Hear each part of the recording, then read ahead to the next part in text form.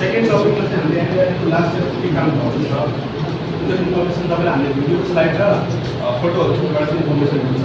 थर्डमा चाहिँ last time हामीले last year गरेको एउटा अवार्ड फङ्सन छ होइन, कतिलाई थाहा छ त्यसको बारेमा? अवार्ड फङ्सन भएको एचिभमेन्ट अवार्डहरू एनडिआरएफले गरेको धेरैलाई थाहा नहुन पनि सक्छ होइन, त्यसको बारेमा चाहिँ हामीले इन्फर्मेसन दिन्छौँ र कोर्टमा चाहिँ हामीले आज यहाँ आउनुको मेन एउटा रिजन छ कन्फ्रेन्सको बारेमा इन्फर्मेसन दिन। फर्स्ट कन्फ्रेन्स हुन गइरहेको छ त्यसको बारेमा तपाईँलाई डिटेल इन्फर्मेसन दिन्छ। कन्फ्रेन्स भनेको के हो, हामीले किन गर्न लागेको हो, गर्दाखेरि के बेनिफिट छ होइन, र दाङको स्टुडेन्ट दाङको टिचर अथवा उहाँको दाङको जुन टिम छ त्यो चाहिँ दाङको टिमले किन पार्टिसिपेट दिने अथवा पार्टिसिपेट गरिसकेपछि के बेनिफिट हुन्छ होइन, त्यो चाहिँ हामीले उसको कन्फ्रेन्सको क्याटेगोरीमा इन्क्लुड गर्छौँ। लास्टमा हाम्रो एउटा डिस्कसन सेसन हुन्छ, त्यसमा तपाईँहरूको डाउट्सहरू छ होइन, कसरी पार्टिसिपेट गर्ने, पैसा कति लाग्न सक्छ, कसरी जाने